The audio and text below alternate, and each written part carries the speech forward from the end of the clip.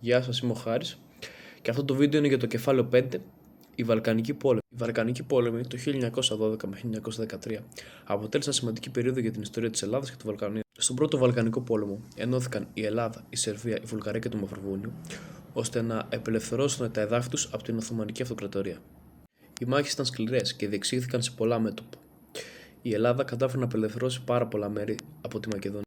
Ο πόλεμος αυτός έληξε με τη συνθήκη του Λονδίνου το 1913, όπου η Οθωμανική Αυτοκρατορία περιορίστηκε στα ευρωπαϊκά της εδάφη και έτσι οι χώρες οι οποίες συμμάχησαν κράτησαν τα εδάφη για αυτές. Όμως μετά από αυτές τις κατακτήσεις και πλέον τη συνθήκη του Λονδίνου, η Ελλάδα, η Βουλγαρία, η Σερβία και το Μαυροβούνιο είχαν κάποιες διαμάχες μεταξύ τους, κυρίως για το διαχωρισμό της Μακεδονίας. Γι' αυτόν τον λόγο ξεκίνησε ο δεύτερος Βαλκανικός πόλεμος το 1913, όπου η Βουλγαρία επιτέθηκε στην Ελλάδα και στη Σερβία. Η Ελλάδα και η Σερβία με τη βοήθεια της Ρουμανίας κατάφεραν να κερδίσουν αυτόν τον πόλεμο και ο πόλεμος αυτός οριστικά έληξε με τη συνθήκη της Βουκουρέστης.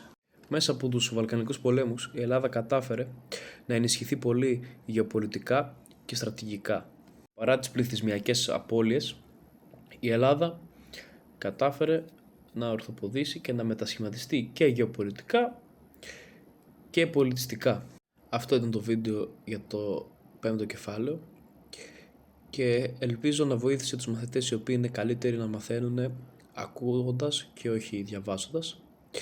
Ήταν μια περίληψη του ολόκληρου μαθήματος που έχουμε περασμένο σε PDF στο 5ο κεφάλαιο.